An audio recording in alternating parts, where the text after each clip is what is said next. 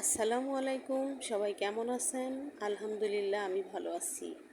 চলে আসলাম কুষ্টিয়ার লালন সাইজির মাজারে। জানেন, সাইজির মাজারে আসলে এক লাইন গান না গাইলে ভালোই লাগে না।